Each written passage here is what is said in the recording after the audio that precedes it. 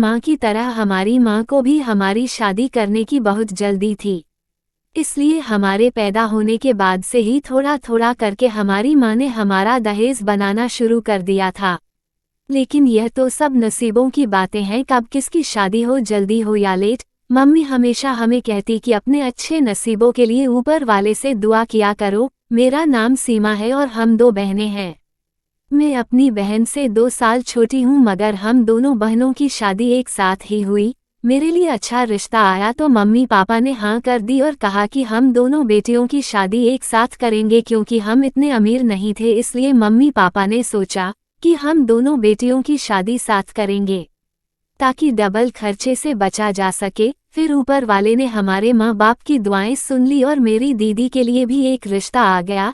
यह रिश्ते वाले देखकर तो हम सब हैरान ही रह गए, क्योंकि मेरे ससुराल वाले इतने अमीर नहीं थे। मेरा होने वाला पति एक ऑफिस में छोटी सी जॉब करता था। उसकी सैलरी इतनी ज्यादा नहीं थी, लेकिन दीदी के ससुराल वाले बहुत अमीर थे और उसका होने वाला पति अपना कारोबार करता था। उसके पास गाड़ी और बहुत प्यारा सा घर था। सबने कहा कि दीदी को उसके सब्र का फल मिला था, क्योंकि जब दीदी के लिए रिश्ते नहीं आ रहे थे तब उसने मम्मी पापा से कह दिया कि आप लोग सीमा की शादी कर दे, मेरी वजह से उसकी शादी ना रोके। खैर यह उसका नसीब था कि उसे इतना अच्छा घर मिलने वाला था। इस तरह 2 महीने बाद ही हम दोनों बहनों की शादी हो गई। मैं अपने ससुराल आ गई और यूं हम दोनों बहनें एक दूसरे से दूर हो गई। मगर 1 हफ्ते बाद ही जब मायके गई तो दीदी भी अपनी बड़ी सी गाड़ी में बैठकर मायके आ गई और मैंने देखा कि वह बहुत खुश थी। खुश तो मैं भी बहुत थी, क्योंकि मेरा पति बहुत अच्छा था और ससुराल वाले भी अभी तक तो बहुत मोहब्बत से बातें कर रहे थे सब मेरे साथ। इस तरह हमारे माँ बाप को भी हमें खुश देखकर बहुत सुकून मिला, क्योंकि माँ बाप के लिए इससे बढ़कर कोई खुशी की बात नहीं होती कि उनकी बेटी अपने ससुराल में खुशी से रह रही है।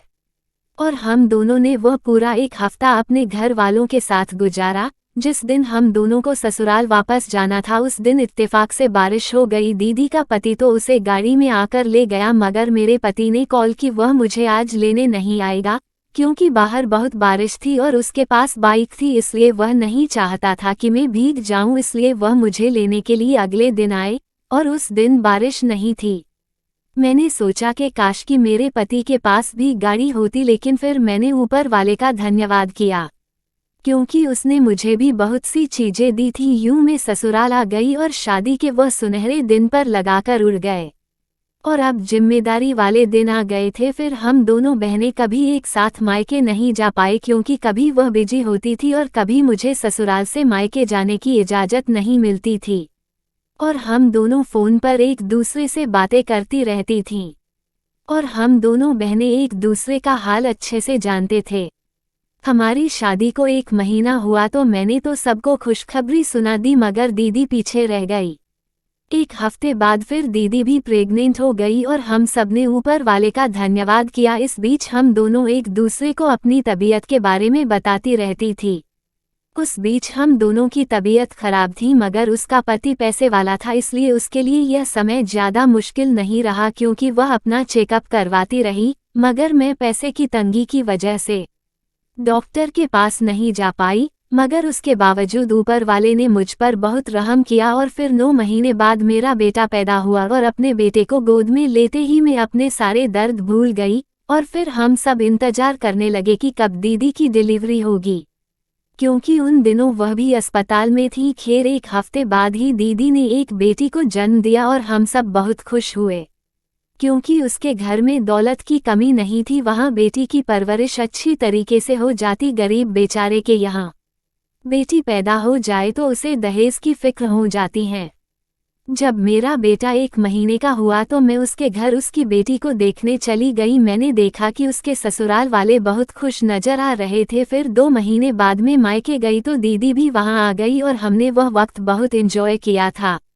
फिर ऐसा ही होता रहा। 2 साल बाद में फिर प्रेग्नेंट हुई और मैंने फिर से एक बेटे को जन्म दिया। मेरे ससुराल वाले तो बहुत खुश थे। फिर उन्हीं दिनों मुझे पता चला कि दीदी फिर से प्रेग्नेंट है। 3 साल कब गुजर गए पता ही नहीं चला। मैंने ऊपर वाले से दुआ की कि इस बार वह भी एक बेटे की मां बन जाए, क्योंकि यह खुशी अलग ही होती है। मगर इस बार भी दीदी ने एक बेटी को जन्म दिया। खैर, उसकी किस्मत में यही था। मैं उससे मिलने गई तो वह कुछ बुझी बुझी सी थी। मैंने उससे पूछा, क्या तुम्हारे ससुराल वालों ने तुम्हारी दूसरी बेटी की पैदाइश पर कुछ कहा है? यह सुनकर वो कहने लगी, नहीं बहन, उन्होंने तो ऐसा कुछ नहीं कहा। मैं तो खुद ही यह सोचकर उदास हो रही हूँ कि कहीं वह कुछ कह न दे, मगर अभी तक उन्होंने ऐसा कुछ नहीं कहा। यह सुनकर मैं उससे कहने लगी, जब तुम्हारे ससुराल वाले कुछ नहीं कह रहे तो तुम भी फिक्र मत करो, देखना जल्द तुम भी एक बेटे की मां बनोगी। यह सुनकर वह मुस्कुराने लगी। फिर इसी तरह वक्त गुजरता गया और हमारी शादी को 5 साल हो गए। उन 5 सालों में उसने 2 बेटियों को जन्म दिया, जबकि मेरे 2 बेटे हो गए। दूसरी बेटी के बाद वो बिल्कुल मायूस हो गई थी। दीदी की दूसरी बेटी 2 साल की हो चुकी थी, जबकि मेरा बेटा 2 साल से ऊपर हो गया था। एक दिन मैं मम्मी के घर गई तो दीदी भी वहां आ गई।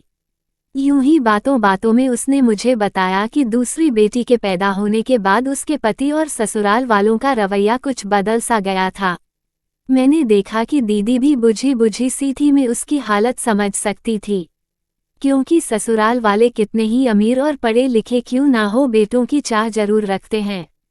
इसलिए मैंने उसे तसल्ली देने की कोशिश की तो वह मेरे कुछ कहने से पहले ही मुझसे कहने लगी, देखो सीमा, मैं कब से तुम्हें एक बात कहना चाह रही थी। तुम मेरी बहन हो, इसलिए मेरे दर्द को समझ सकती हो। अपनी बहन की बात में उलझ गई और मैंने उससे कहा कि तुम मेरी बहन हो, तुम्हारी खुशी के लिए तो मैं कुछ भी कर सकती हूँ। यह सुनकर वह कहने लगी, दरअसल मैं तुमसे कुछ मांगना चाहती हूँ, प्लीज इनकार मत करना। मेरी बहन जिंदगी में पहली बार मुझसे कुछ मांग रही थी, इसलिए मुझसे इनकार ना हुआ और मैंने झट कह दिया कि तुम मेरी बहन हो, तुम मुझसे जो मांगने वाली हो वह मैं तुम्हारे मांगने से पहले ही दे रही हूँ।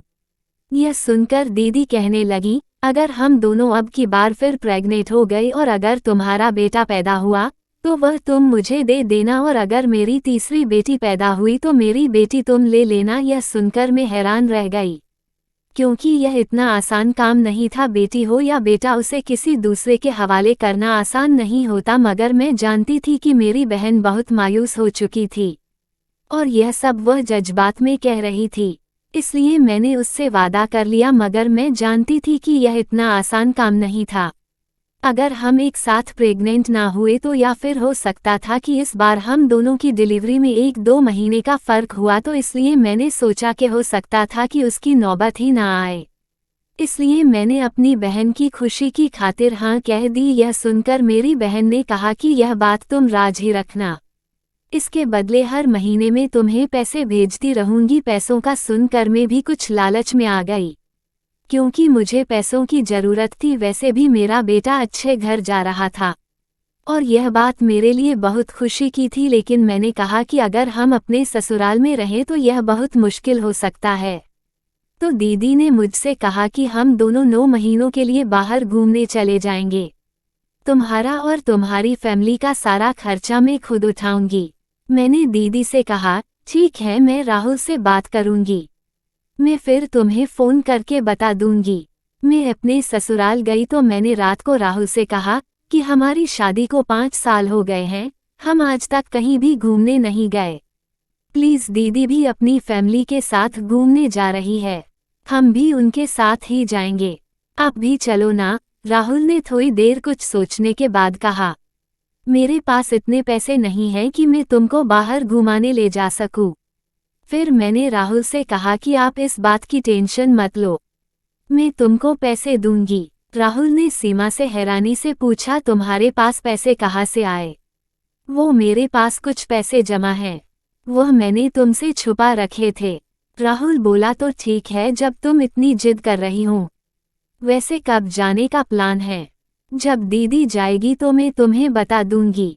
अगले दिन मैंने दीदी को बता दिया कि राहुल जाने के लिए मान गए। दीदी यह सुनकर बहुत खुश हुई। वक्त गुजरता गया और हम अपने प्लान पर काम करने लगे। मुझे लगा था कि यह मुमकिन नहीं होगा, मगर मैं उस वक्त हैरान रह गई जब हम दोनों बहनें एक साथ प्रेग्नेंट हो गई। मैंने यह खुशखबरी दीदी को दी तो वह कहने लगी कि तुम अपना वादा याद रखना। मैंने भी फौरन हाँ कर दी और ऊपर वाले से प्रार्थना करने लगी कि सब ठीक हो जाए। और दीदी ने मुझसे कहा कि हमारे इस प्लान का किसी को पता ना चले।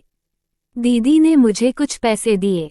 मैंने वह पैसे राहुल को दिए और कहा कि कल के हमारे टिकट हो गए हैं, हम कल जाएंगे, तैयारी शुरू कर दो। इस तरह हम अपनी अपनी ससुराल से निकलकर घूमने आ गए। ससुराल वालों की तरफ से तो मैं बेफिक्र थी, क्योंकि 2 बेटों के बाद अगर बेटी हुई तो उन्हें कोई फर्क नहीं पड़ेगा, मगर मुझे डर कि कहीं यह बात मेरे पति को पता ना चल जाए, क्योंकि अगर उसे पता चला कि मैं इसके बदले में अपनी बहन से पैसे लेने वाली हूँ तो वह बहुत गुस्सा होंगे। इस बार मेरी बहन ही इस बच्चे का खर्चा उठा रही थी, इसलिए उसकी और मेरी डॉक्टर एक थी और उसने हमें खुशखबरी सुना दी थी कि हमारी डिलीवरी का दिन भी एक ही था। हम दोनों बहुत खुश थी क्योंकि सब कुछ हमारे प्लान के मुताबिक हो रहा था। फिर वक्त तेजी से गुजरता गया और यह 9 महीने आसानी से गुजर गए।